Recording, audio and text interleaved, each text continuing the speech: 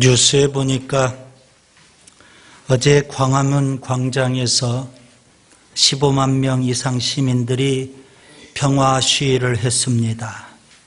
박근혜 퇴진, 박근혜 하야를 외쳤습니다. 우리 가운데서도 그 현장에 참여하신 분이 있는 것으로 압니다. 내 민족, 내 나라를 사랑하는 마음으로 현실에 참여한다는 것 대단히 소중하고 중요한 일입니다. 현실 문제에 우리가 무관심할 수 없습니다. 오늘 우리 시대, 우리 사회를 가리키는 표현이 있죠. 헬조선. 2010년에 등장한 신조어입니다. 우리나라가 지옥 같다. 더 이상 희망이 없다. 그런 의미로 헬조선이라고 표현합니다. 열정페이를 젊은이들에게 강요하고요. 취업난이 가중되고요. 삼포 세대를 조장하고 있습니다. 취업도 포기해야 되고 결혼도 포기해야 되고 자녀 낳는 것도 포기해야 되는 그런 시대, 사회에 우리가 살고 있습니다. 참 좋은 나라, 살기 좋은 나라 우리나라인데 왜 우리나라가 헬조선이 되고 말았을까요? 누가 우리나라를 헬조선으로 만들었을까요? 어제 광화문 광장에서 데모하는 시민들이었을까요? 아니면 젊은이 청년들이었을까요? 아닙니다. 국정을 농락했던 최순실 같은 사람, 그런 사람의 말만 신뢰한 대통령, 그리고 기득권, 정신 차리지 못하고 기득권만 고수하는 세력, 그들 때문에 우리나라가 헬조선이 되고 만 겁니다. 여러분, 현실에 우리가 무관심하지 말고 적극적으로 참여해야 됩니다. 그런데 목사인 저는 여러분에게 한 가지 요구하는 게 있습니다. 현실 문제에 무관심하지 말고 참여하자. 대신 여러분, 우리에게는 복음이 있습니다. 복음으로 먼저 무장해야 되는 겁니다. 왜 그럴까요? 복음만이 헬조선인 우리나라를 구원할 수 있기 때문에 그렇습니다. 우리는 지금 노마서를 대하고 있습니다. 목적은 노마서를 통해서 다시금 우리가 복음 앞에 서자는 말씀입니다. 바울, 그는 이방인의 사도였습니다. 안디옥 교회의 파송을 받아서 그가 선교사로 사역을 합니다. 가는 곳마다 복음을 전했고 교회를 개척했습니다. 심지어 그는 유럽에까지 건너가서 복음을 전합니다. 그는 마음의 소원이 있어요. 노마까지도 가고 싶다는 겁니다. 그리고 노마를 넘어 서바나, 스페인까지 가서 복음을 전하고 싶다는 겁니다. 그러나 그는 노마에 그렇게 쉽게 갈 수 있는 형편이 아니었습니다. 그의 몸은 예루살렘으로 향할 수밖에 없었어요. 그래서 안타까운 마음으로 너무 노마에 가서 복음 전하고 싶은 그 마음으로 그는 노마서를 먼저 써서 보냈던 겁니다. 몸이 가야 되는데 그런 편지부터 먼저 보내게 됐습니다. 그 노마서를 우리가 지금 대하고 있는 겁니다. 노마서 1장부터 8장까지는 바울이 그렇게 전하고 싶었던 복음에 대해서 말씀을 합니다. 유대인이든 이방인이든 예수님을 믿음으로 의롭다함을 얻고 구원받는다. 이 놀라운 진리를 말씀했습니다. 그리고 노마서 9장부터 11장까지는 그가 마음에 그렇게 소원했던 내 동족 유대인들의 구원 문제를 또 말씀하고 있습니다. 그는 이방인의 사도였죠. 그렇기 때문에 그는 이방인들에게 복음 전해야 될 사명이 있는 겁니다. 그렇지만 그는 여전히 내 동족 유대인들에게 깊은 관심이 있어요. 그래서 가는 곳마다 먼저 유대인들에게 복음을 전해요. 그러면 반드시 유대인들로부터 회방이 있고요, 방해가 있고 핍박이 있어요. 그때 그는 이방인으로 가서 또 복음을 전했던 겁니다. 그는 유대인들로부터 방해도 많이 받았고 핍박도 많이 받았음에도 불구하고 그는 동족 유대인들의 구원 문제를 절대 포기하지 않았습니다. 여러분, 로마서 9장 3절을 보세요. 나의 형제 곧 고륙의 친척을 위하여 내 자신이 저주를 받아 그리스도에게서 끊어질지라도 원하는 바로라. 내가 저주받는 한이 있다 할지라도 내 민족이 구원받아야 되겠다는 겁니다. 여러분, 로마서 10장 1절도 보세요. 형제들아, 내 마음에 원하는 바와 하나님께 구하는 바는 이스라엘을 위함이니 곧 그들로 구원을 받게 함이니라. 바울이 원했고 바울이 기도했던 것은 동족 유대인들이 구원받는 것이었습니다. 여러분, 우리가 바울에게서 이걸 배워야 되지 않을까요? 우리의 가족 구원의 문제, 내 이웃의 구원의 문제, 우리의 친구들, 직장의 동료들, 좀 넓게는 내 민족의 구원의 문제, 여기에 우리가 무관심할 수 없다는 말씀입니다. 여러분, 우리 손에는 전도 대상자가 있지 않습니까? 오른손에 5명, 왼손에 5명 전도 대상자가 있어요. 이들의 구원 문제 우리가 소홀히 할 수 없습니다. 바울처럼 소원을 품고 기도하며 또 담대하게 복음을 전해야 될 겁니다. 로마서 9장에서 바울은 유대인들의 구원 문제에 있어서 먼저 하나님의 주권적인 선택을 강조했습니다. 하나님께서 주권적으로 유대인들을 선택하셨다는 겁니다. 그런데 10장에 넘어가면 그 유대인들이요, 자기 열심에 빠져서 복음을 거부하고 불순종했다, 이렇게 말합니다. 9장에서는 하나님의 주권적인 선택을 강조했다면 10장에서는 유대인들의 자기 열심을 강조하고 있는 겁니다. 유대인들은 예수님을 통한 하나님의 이것을 몰랐어요. 그리고 율법을 통한 자기 의만 세우려고 열심을 냈던 겁니다. 그 열심이 바로 지식을 쫓지 않은 열심이었어요. 잘못된 열심이었어요. 그 열심 때문에 그들은 하나님의 구원에 이를 수 없었던 겁니다. 하나님의 의를 몰랐는데요, 여러분, 이 하나님의 의를 어떻게 알 수 있을까요? 로마서 1장 17절, 로마서의 주제를 기억하시기 바랍니다. 복음에는 하나님의 의가 나타났다. 복음 속에 담겨있는 하나님의 의, 이것을 우리가 알아야 됩니다. 유대인들은요, 이 복음을 듣지 않은 게 아닙니다. 그들은 다 들었어요. 유대인들은 이 복음을 이해하지 못한 게 아닙니다. 다 이해했어요. 그리고 하나님께서도 유대인들에게 끊임없이 손을 내미셨다는 겁니다. 하나님도 끊임없이 유대인들에게 은혜를 베풀어 주셨어요. 그런데도 불구하고 유대인들은 율법을 통한 자기 의를 세우려고 힘써 복음을 거부해버렸던 겁니다. 그래서 그들은 구원에 이를 수 없었죠. 오늘 로마서 이제 11장입니다. 하나님의 선택을 받았던 유대인들, 자기 열심 때문에 자기 의를 세우기 위해서 복음을 거부했던 유대인들, 그럼에도 불구하고 바울은요, 유대인들에 대해서 소망을 갖습니다. 그는 하나님의 놀라운 구원 계획이 있다는 것을 깨닫게 됐습니다. 그것 때문에 그가 하나님 앞에 영광을 돌려요. 여러분, 로마서 9장 1절, 유대인들의 구원 문제를 말할 때 맨 처음 바울은요, 큰 근심이 있다고 고백을 했어요.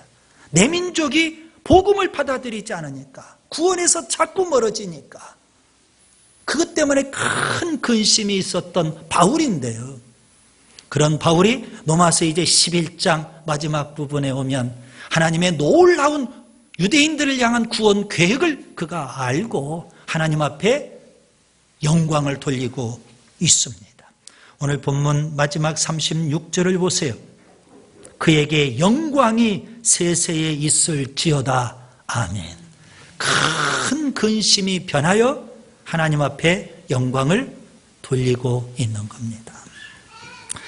저는 오늘 로마서 11장 여전히 유대인들의 구원 문제에 대해서 말씀을 드리려고 합니다. 특별히 세 가지 오늘 본문을 통해서 여러분들에게 교훈을 드리고 우리 모두가 다 또 말씀을 통해서 깨닫고 또 우리 삶에 적용할 수 있기를 바랍니다.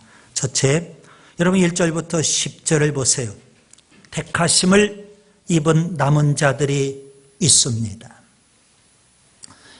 유대인들이 불신앙에 빠졌다 할지라도, 유대인들이 복음을 거부한다 할지라도 하나님은 그들을 결코 버리지 않으셨습니다.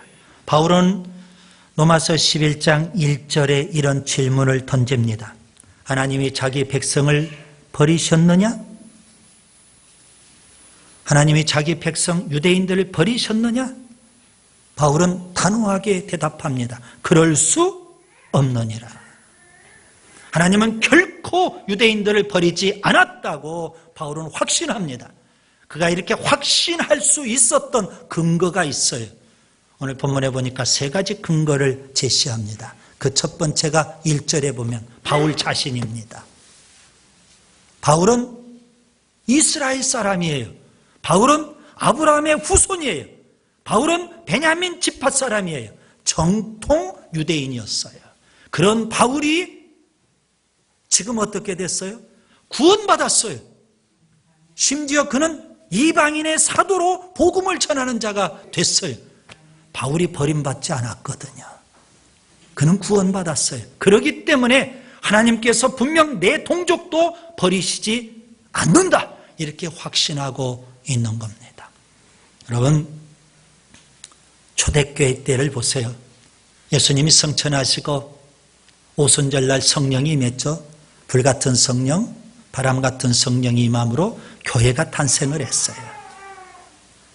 그 초창기 교회를 우리가 초대교회라고 하고요, 맨 처음 탄생한 그 지역교회를 예루살렘 교회라고 표현합니다. 그 예루살렘 교회, 여러분 구성원들은 누구였을까요? 예루살렘 교회가 하나님이 은혜 주셔서 3,000명, 5,000명, 수만 명으로 부흥이 됐어요. 그 구성원들은 다 유대인들이에요. 그 예루살렘 교회를 목회했던 여러분 예수님의 제자들, 사도들은 다 누구였을까요? 이방인이 아니에요. 다 유대인들이에요. 여러분 교회가 맨 처음 시작될 때 이방인들로 시작된 게 아니에요. 유대인들로 시작이 됐어요. 12사도도 유대인이었고 초창기 교회도 다 유대인이었어요. 심지어 유대교의 골수분자인 제사장들마저도 교회로 들어왔다. 성경은 그렇게 말씀하고 있어요. 바울이 구원받은 걸 보니까, 그리고 초창기 교회를 보니까 다 유대인들이 구원받았어요. 여러분, 하나님 유대인들을 버리신 거예요? 바울의 대답처럼 그럴 수 없느니라. 바울은 두 번째 또 그 증거를 제시합니다. 2절에 보면 하나님께서 미리 아셨다, 이렇게 말씀하고 있어요. 하나님께서 다 아셔요. 유대인들에 대해서. 여러분, 우리의 과거를 아시고 현재를 아시고 우리의 심지어 미래까지도 하나님은 다 아셔요. 유대인들도 하나님이 다 아셔요. 그들이 예수님을 거부하고 배척하고 십자가에 못 박을 일도 다 아셔요. 바울이 복음을 전하면 그 유대인들이 복음을 거부하는 것도 다 아셔요. 다 아시는 하나님께서 유대인들을 선택하시고 나서 내가 속았구나, 그러시겠어요? 그러실 리 없더라는 겁니다. 다 아시는 하나님, 그 하나님께서 유대인들을 선택하셨고 그래서 결코 유대인들을 버리지 아니하신다는 겁니다. 그 다음에 세 번째 또 중요한 근거를 여러분 2절부터 4절에 바울이 제시합니다. 구약에 보면 엘리야 선지자 시대 때 있었던 일입니다. 그 시대는 북이스라엘 나라 아합 왕 그리고 그의 아내 이세벨이 통치하던 시대예요. 아합 왕보다도 오히려 이세벨이라는 그의 아내가 더 정치력을 발휘해가지고 나라를 통치했어요. 오늘 우리 시대와 좀 비슷할 법하죠. 그 시대에는 아합 왕과 이세벨이 우상을 섬기는 자예요. 바알신, 아세라신. 그래서 하나님을 섬기는 하나님의 종들을 다 죽였어요. 엘리야도 생명의 위협을 느끼고 있는 거예요. 주변에 있는 하나님의 종들을 다 죽이고 엘리야가 혼자 남은 것 같아요. 그래서 그는 하나님 앞에 이렇게 탄식을 해요. 하나님, 이제 나만 남았습니다. 나만 남았습니다. 그때 하나님께서 엘리야에게 뭐라고 하실까요? 7,000명이 남아있다.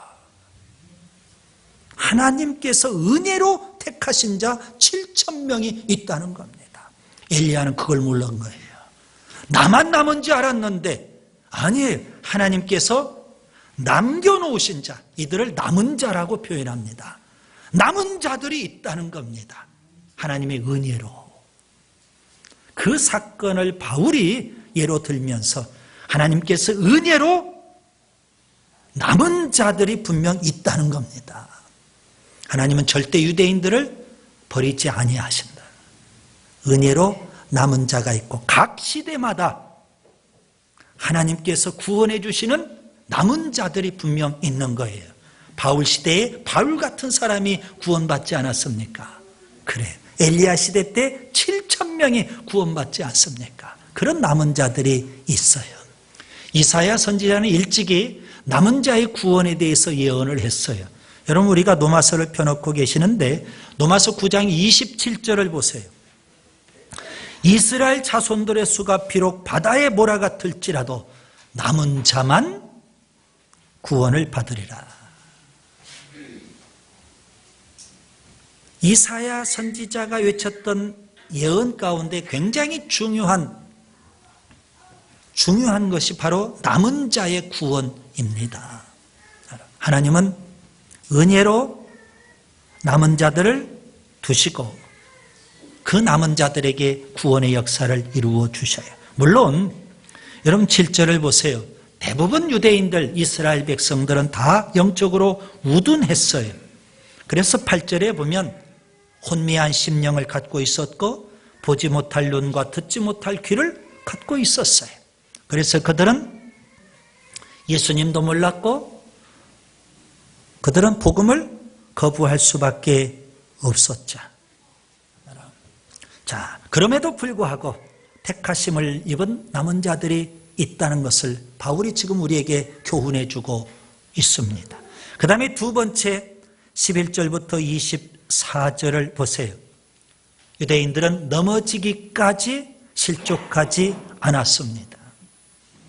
이스라엘 백성이 복음을 거부하고 불순종한다 할지라도 그들이 완전히 넘어질 때까지 그렇게 실족해버린 것은 아니라는 말씀입니다.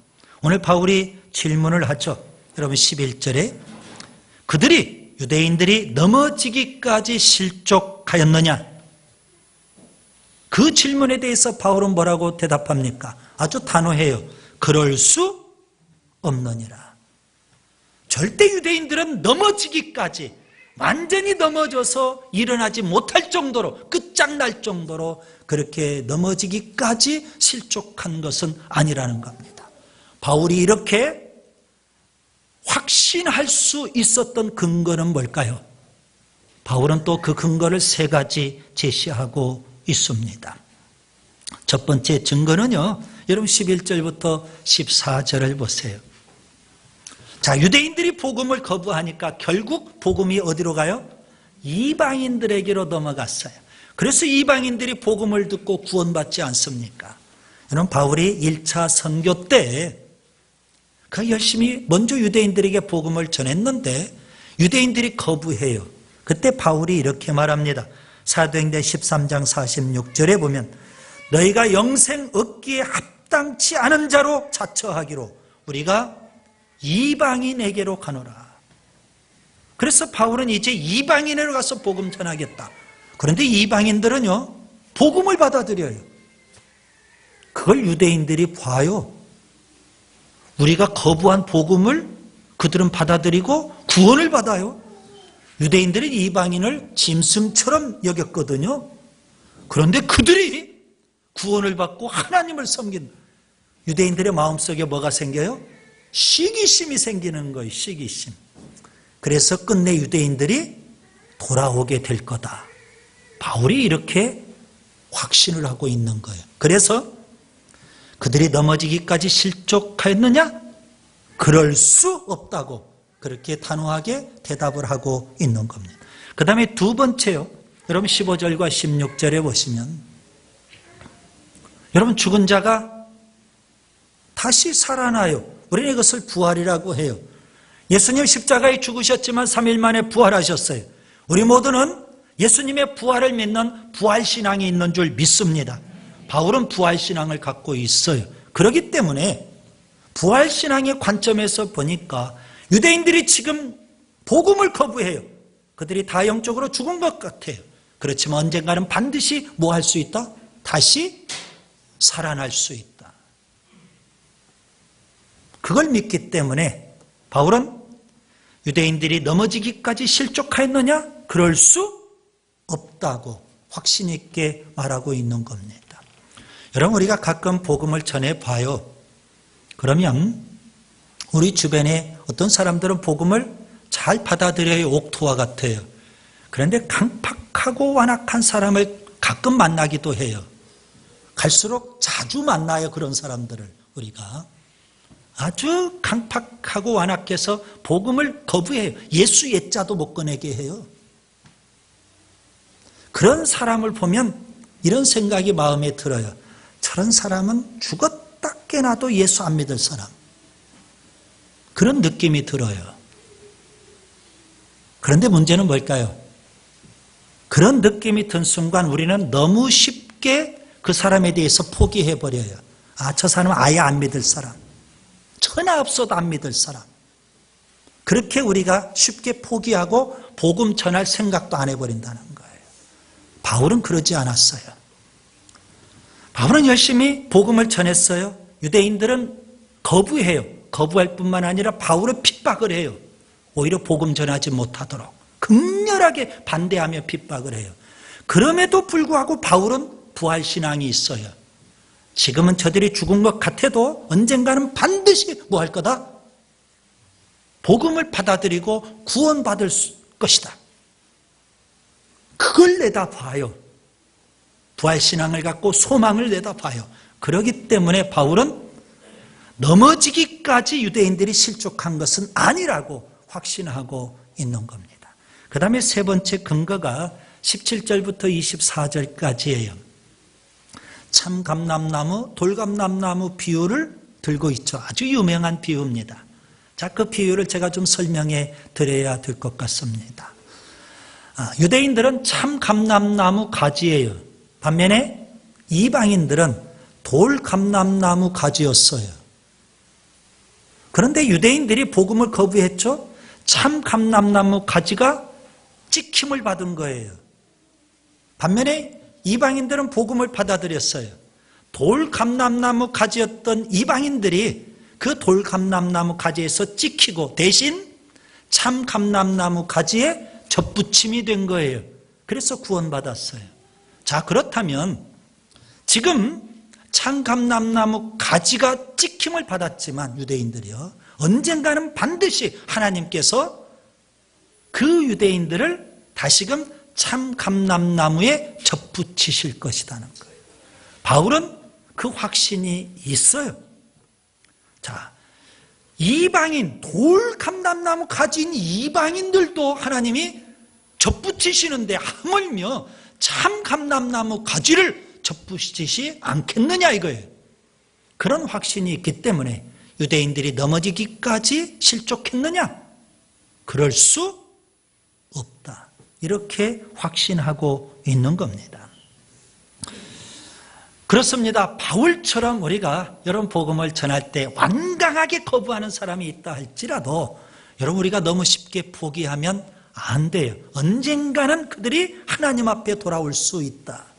우리가 부활신앙을 믿는다면 여러분 죽은 자도 살아나는데 하물며 여러분 지금 극렬하게 반대하면 할수록 뭐 할 기회가 있는 거예요? 더 하나님 앞에 돌아올 가능성들이 농후한 거예요.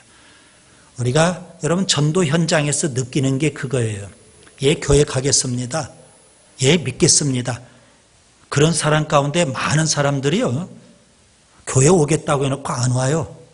차일피일 미루는데요, 몇 년 걸려요.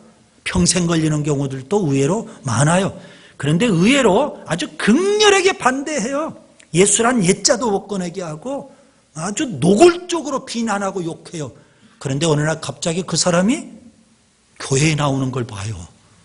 기적 같은 일이 벌어지죠? 여러분, 우리가 이런 걸 보면서 바울은요, 절대 유대인들을 구원 문제에 포기하지 않더라는 겁니다. 그 다음에 세 번째, 여러분 25절부터 36절을 보세요.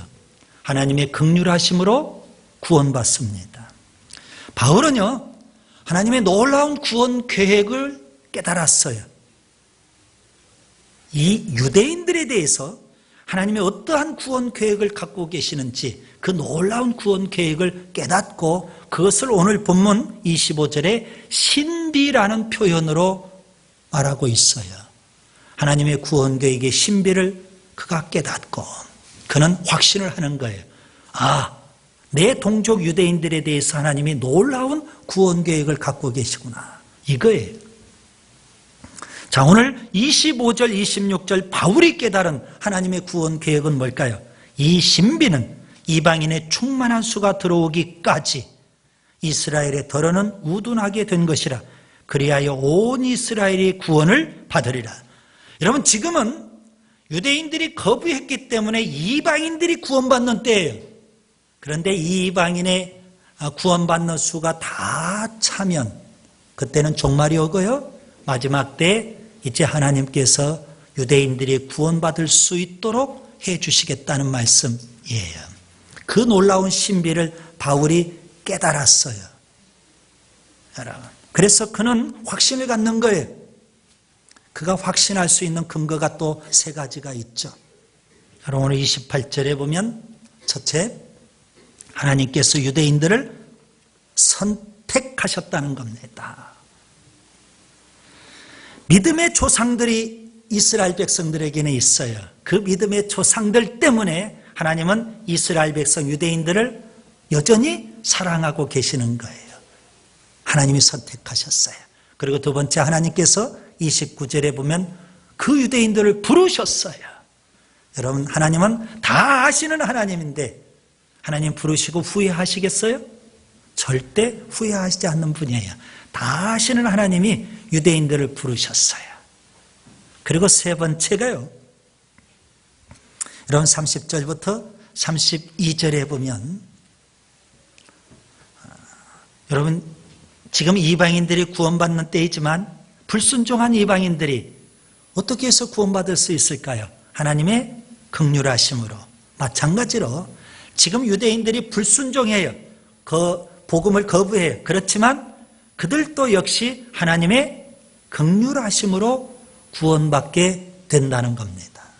여러분, 하나님은 유대인이든 이방인이든 다 긍휼하심으로 구원해 주시는 거예요.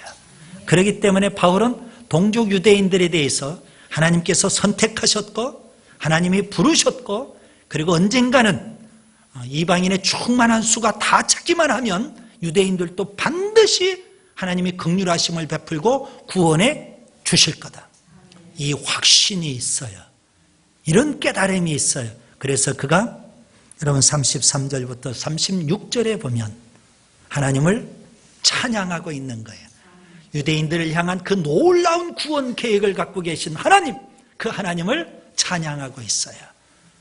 로마서 9장 1절 유대인들의 구원 문제를 맨 처음 말할 때 그는 마음에 큰 근심이 있었는데 이제는 확신 속에 하나님이 내 민족을 반드시 구원해 주실 거야.